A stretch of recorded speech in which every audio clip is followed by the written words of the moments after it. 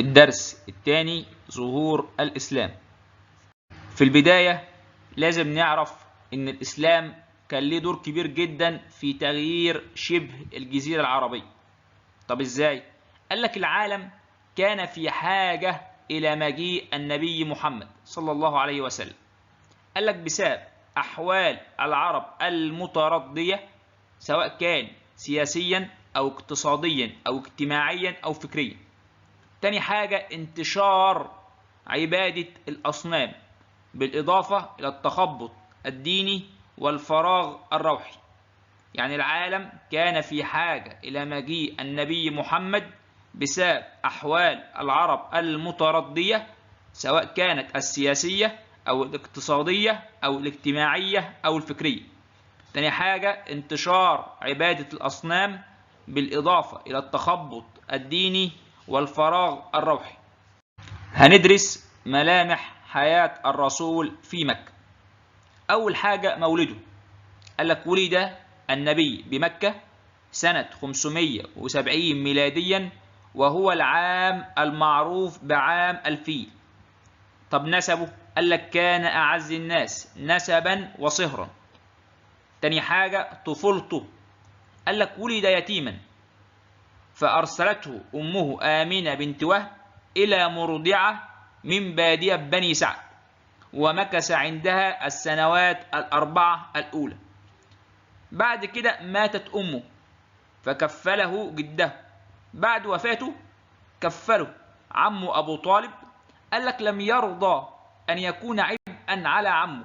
طب ليه؟ أراد تحمل المسؤولية، فخرج ليرعى الأغنام، وتعلم من حرفة الرعي الرأفة والعطف ولين الطبع. رقم 3 شبابه. قال لك خرج النبي في رحلات تجارية إلى بلاد الشام، فتعلم المسؤولية وطرق التعامل مع الناس. قال لك ثم تزوج من السيدة خديجة بنت خويلد. طب بعد كده إيه؟ تعبده في غار حراء. قال لك كان يذهب للتعبد والتأمل والتفكير، واستمر حتى بلغ 40 من عمره. طب وبعدين؟ قال لك هناك نزل عليه الوحي عن طريق جبريل. هنا مرحلة فاصلة في حياة الرسول، اللي هي مرحلة تبليغ الرسالة. أول حاجة سرية الدعوة. قال لك كان يجتمع بالمسلمين في دار الأرقم ابن أبي الأرقم، فيتلو عليهم القرآن ويعلمهم أحكام الإسلام والشريعة. تاني مرحلة في تبليغ الرسالة هي الجهر بالدعوة. قال لك أمر الله الرسول بأن ينذر عشيرته، فوقف على جبل الصخر ونادى قريش ودعاهم إلى الإسلام وترك عبادة الأوثان. رقم 3 البحث عن مكان آخر للدعوة. طب ليه؟ قال لك هاجر المسلمين إلى الحبشة نتيجة إيذاء المشركين له، ورحل النبي إلى الطائف لنشر الإسلام من خلاله. يعني هاجر المسلمين إلى الحبشة نتيجة إيذاء المشركين له، ورحل النبي إلى الطائف لنشر الإسلام من خلاله. رقم 4 الهجرة إلى يثرب. اجتمع قريش للقضاء على الرسول، فأمره الله بالهجرة ومعه صاحبه أبو بكر الصديق، فخرج إلى غار ثور ومنها إلى يثرب. سمات من شخصية محمد صلى الله عليه وسلم. أول حاجة قدرته على حل المشكلات. طب إيه الدليل؟ قال لك كان في مكة يوجد الحجر الأسود تحرك من موضوعه، فاختلفت قبائل مكة في من يضع الحجر الأسود في موضوعه، فاقترح أحدهم برأي أول من يدخل عليهم البيت الحرام، فكان النبي. فقالت قريش هذا الأمين رضينا به حكما، فلما أخبروه فقال هلموا ثوبا، يعني احضروا ثوبا، فوضع فيه الحجر الأسود وقال لتأخذ كل قبيلة بناحية الثوب، ثم ارفعوه جميعا حتى إذا بلغ موضعه وضعه بيده. تاني قدرته على حل المشكلات. طب ايه الدليل؟ قال لك اختلفت قبائل مكة في من يضع الحجر الأسود. اقترح أحدهم برأي أول من يدخل عليهم البيت الحرام فكان النبي، فقال قريش هذا الأمين رضينا به حكما، فلما أخبروه قال هلموا ثوبا، فوضع عليه الحجر الأسود وقال لتأخذ كل قبيلة بناحية الثوب ثم ارفعوه جميعا حتى إذا بلغ موضعه وضعه بيده. تاني حاجة في صفات الرسول مناصرته للمظلوم. طب ايه الدليل؟ قال لك عندما جاء رجل ليبيع إبلا في مكة وقد اشتراها منه أبو جهل لكنه ما طلع في ثمنها، النبي عمل ايه؟ ذهب مع الرجل إلى دار أبي جهل وقال له اعطي هذا الرجل حقه، فدخل أبو جهل وجاء بالمال ودفعه للرجل. ثالث حاجة رغبته في التفكير والتأمل. طب ايه الدليل؟ قال لك كان يخلو بنفسه في غار حراء ليفكر ويتأمل في قدرة الله، واستمر حتى جاء الوحي ونزل عليه القرآن الكريم. نزول الوحي وموقف السيدة خديجة. طب قصة نزول الوحي معروفة، عندما نزل جبريل ضم محمد إلى صدره وقال له اقرأ، قال ما أنا بقارئ، قال له اقرأ، قال ما أنا بقارئ، ثم قال له جبريل اقرأ باسم ربك الذي خلق، خلق الإنسان من علق، اقرأ وربك الأكرم. طب إيه موقف بقى السيدة خديجة؟ قال لك النبي عاد مرتجفا خائفا وروى لها ما حدث. قال لك أول حاجة عملتها طمنت الرسول وهدأت من روعه.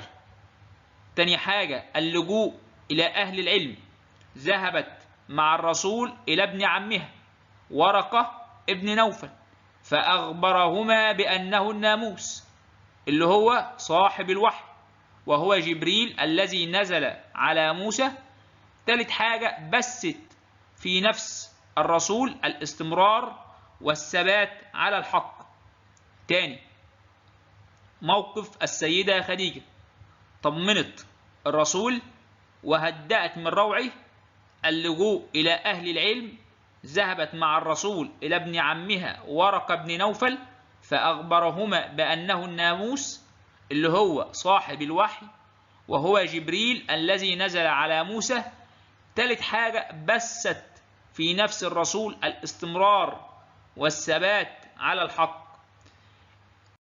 مراحل الدعوة الإسلامية. الدعوة الإسلامية استمرت 23 سنة، اتقسمت على مرحلتين، مرحلة الدعوة المكية ومرحلة الدعوة المدنية. مرحلة الدعوة المكية قال لك كانت في مكة واستمرت 13 عام تعرض خلالها المسلمين للإيذاء والاضطهاد من قريش. طب مرحلة الدعوة المدنية قال لك بدأت بالهجرة إلى يثرب حتى وفاة النبي، استمرت 10 سنوات وكانت مرحلة التأسيس لقيام الدولة الإسلامية.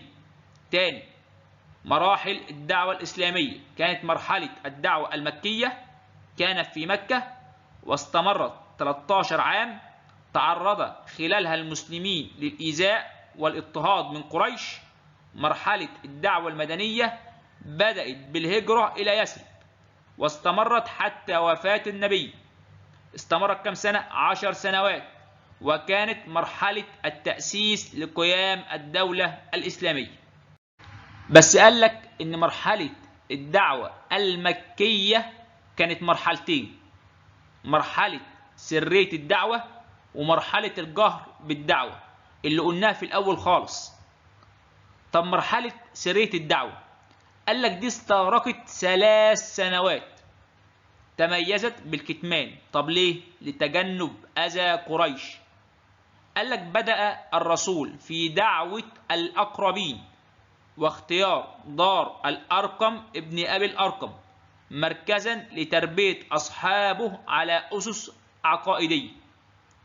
في نهاية هذه المرحلة بلغ عدد الذين أسلموا 60، معظمهم من الشباب.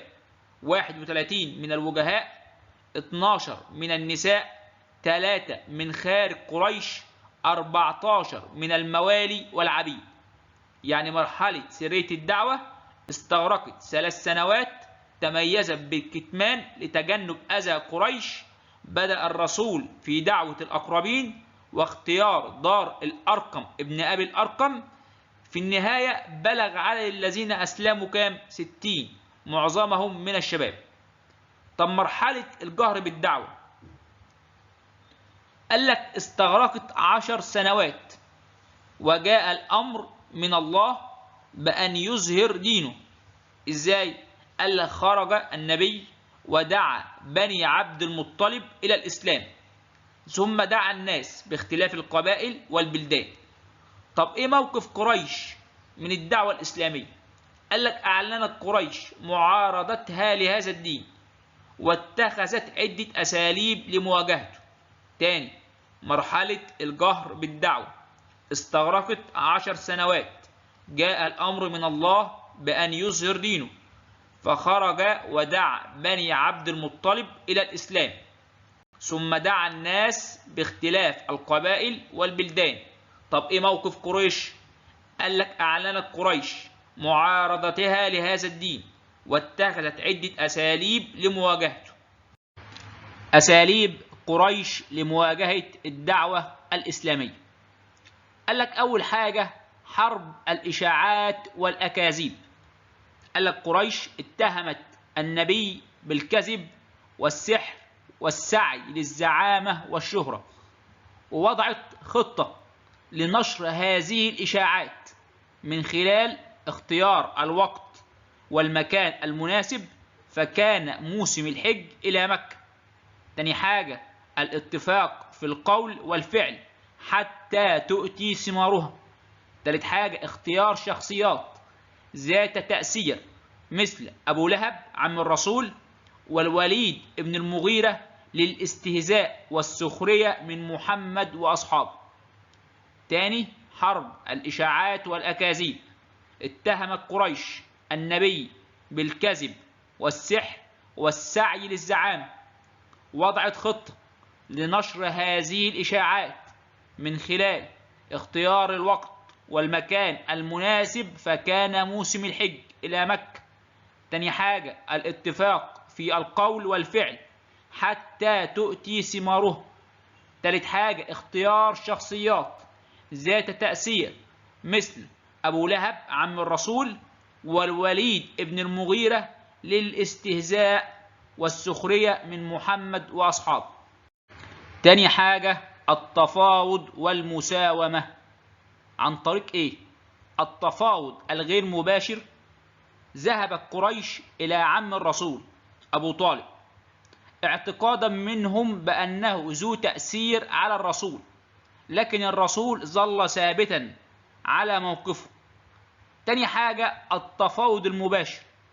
قررت قريش التفاوض مع الرسول، فعرضت عليه المال والسلطة مقابل أن يترك أمر الدعوة، ولكنه رفض. تاني التفاوض والمساومة عن طريق التفاوض الغير مباشر والتفاوض المباشر. التفاوض الغير مباشر قررت قريش التفاوض بواسطة عائلة الرسول، فجاءوا إلى عمه أبو طالب اعتقادا منهم بأنه ذو تأثير على الرسول، ولكن الرسول ظل ثابتا على موقفه. طب التفاوض المباشر قررت قريش التفاوض مع الرسول، فعرضت عليه المال والسلطة مقابل أن يترك الأمر، لكنه رفض. ثالث حاجة الإيذاء والتعذيب. أول مرحلة كانت تعذيب العبيد والضعفاء، ثم شمل الإيذاء كل المسلمين خاصة بعد انتشار الدعوة، ثم تعرض الرسول وخيرة أصحابه للإيذاء. آخر حاجة المقاطعة الاقتصادية والاجتماعية. قال لك دي استمرت 3 سنوات عندما علم أبو طالب بأن قريش تريد إنهاء الإسلام بقتل محمد صلى الله عليه وسلم، فجمع بني هاشم في شعاب أبي طالب فوافقوا جميعا إما حمية وعصبية أو إيمانا وإسلاما.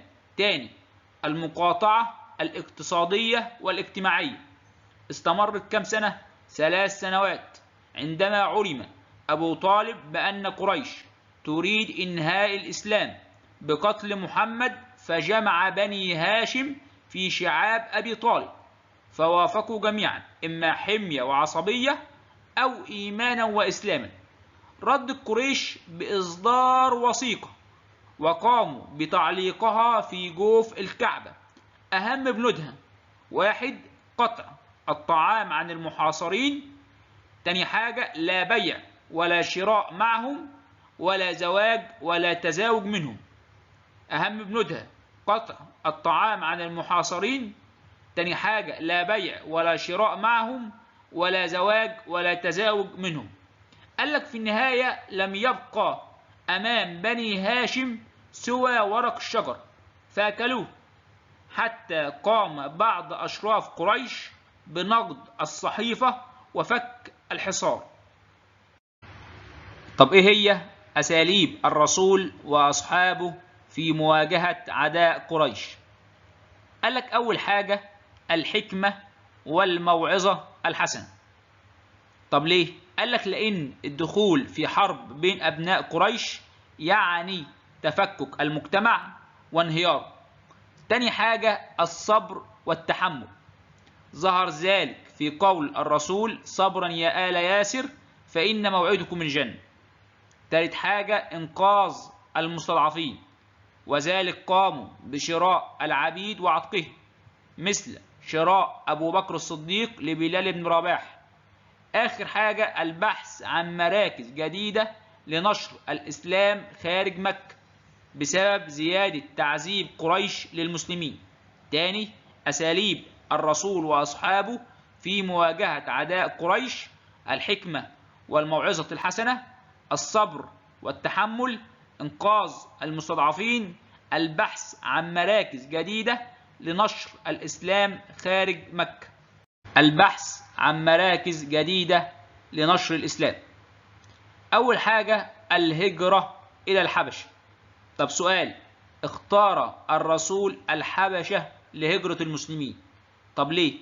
قال لك لأن ملكها على دين سماوي. تاني حاجة كان معروف بالعدل ولا يظلم عنده أحد. تمت الهجرة على مرحلتين: الأولى في العام 5 من البعثة، والثانية في العام 7 من البعثة أثناء حصار قريش لبني هاشم. تمت الهجرة على مرحلتين: الأولى في العام 5 من البعثة، والثانية في العام 7 من البعثة أثناء حصار قريش لبني هاشم. طب إيه موقف قريش من هجرة المسلمين؟ قال لك أرسلت عمرو بن العاص وعبد الله بن أبي ربيعة إلى النجاشي محملين بالهدايا لإعادة المسلمين إليه. طب إيه موقف النجاشي من مطلب قريش؟ قال لك طلب أن يسمع من المسلمين مثلما سمع منهم، ودار حوار بينه وبين جعفر بن أبي طالب. رفض بعده النجاشي تسليم المسلمين. تاني، موقف قريش من هجرة المسلمين: أرسلت عمرو بن العاص وعبد الله بن أبي ربيعة إلى النجاشي محملين بالهدايا لإعادة المسلمين إليه. طب إيه موقف النجاشي؟ قال لك طلب أن يسمع من المسلمين مثلما سمع منه، ودار حوار بينه وبين جعفر بن أبي طالب. رفض بعده تسليم المسلمين. تاني حاجة رحلة الطائف. قال لك كانت في العام 10 من البعثة. طب ايه اسبابها؟ قال لك اشتداد ايذاء قريش للرسول، خاصة بعد وفاة السيدة خديجة وعمه ابو طالب. تاني حاجة حاجة الرسول الى مكان جديد لنشر الدعوة. طب ايه نتائجها؟ قال لك تعرض الرسول لإيذاء من أهل الطائف حتى أدميت قدماه الشريفتان. تاني، رحلة الطائف كانت في العام 10 من البعثة. أسبابها اشتداد إيذاء قريش للرسول، خاصة بعد وفاة السيدة خديجة وعمه أبو طالب. تاني حاجة، حاجة الرسول إلى مكان جديد لنشر الدعوة. طب إيه نتائجها؟ تعرض الرسول للإيذاء من أهل الطائف حتى أدميت قدماه الشريفتان. ثالث حاجة، الطواف على القبائل. بدأ الرسول يعرض نفسه على القبائل في مواسم الحج. طب ليه؟ قال لك ليطلب منهم الإيواء والنصر. من هذه الوفود 6 من رجال يثرب من قبيلة الخزرج دعاهم النبي إلى الإسلام فأجابوا، وعادوا إلى يثرب يحدثون الناس عن الإسلام. قال لك بعد مرور عام قابل النبي وفد من يثرب، فكانت بيعة العقبة الأولى كانت في موسم الحج في العام 12 من البعثة. قابل النبي وفد من 12 رجل من الأوس والخزرج بايعوه على الإيمان بالله ورسوله ومكارم الأخلاق. بعد مرور عام حصلت بيعة العقبة الثانية أو البيعة الكبرى، كانت برضو في موسم الحج في العام 13 من البعثة. قابل النبي وفد من 73 رجلا وامرأتان من الأوس والخزرج بايعوه على الدفاع عن الإسلام ونصرته. تاني حاجة، قام النبي بتوحيد صف المسلمين بانتخاب 12 نقيبا، 9 من الخزرج و3 من الأوس. سؤال: أقبل أهل يثرب على الإسلام لعدة أسباب، منها معرفتهم أمر الرسالات، حاجتهم إلى من يلم شملهم بعد حروب طاحنة بين الأوس والخزرج، تميزهم بالرقة واللين وعدم الكبر. آخر حاجة، الهجرة إلى يثرب. ليه الرسول أمر المسلمين بالهجرة إلى يثرب؟ قال لك علشان كان أمر إلهي بالهجرة إليه. تاني حاجة، مبايعة أهلها للرسول ومناصرتهم له في بيعتي العقبة الأولى والثانية. طب إيه موقف قريش من هجرة المسلمين؟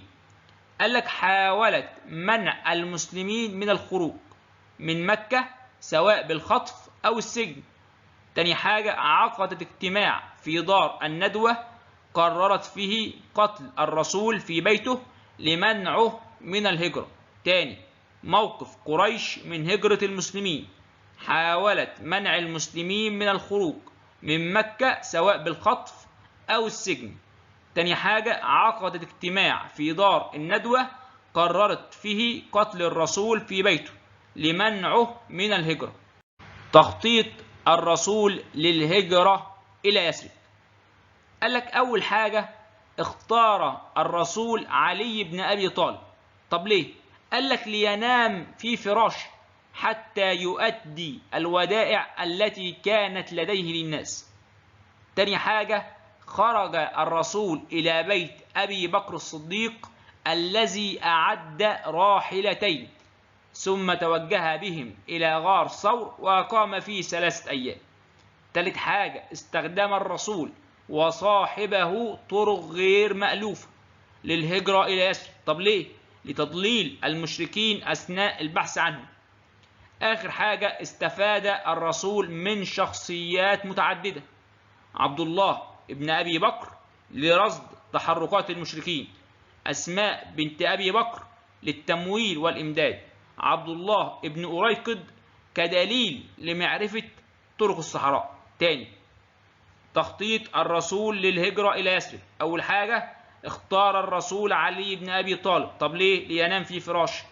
تاني حاجة، خرج الرسول إلى بيت أبي بكر الصديق الذي أعد راحلتين ثم توجه بهم إلى غار ثور وأقام فيه 3 أيام. تالت حاجة، استخدام الرسول وصاحبه طرق غير مألوفة للهجرة إلى يثرب. طب ليه؟ لتضليل المشركين أثناء البحث عنهم. آخر حاجة، استفاد الرسول من شخصيات متعددة زي إيه؟ عبد الله ابن أبي بكر لرصد تحركات المشركين، أسماء بنت أبي بكر للتمويل والإمداد، عبد الله ابن أريقد كدليل لمعرفة طرق الصحراء.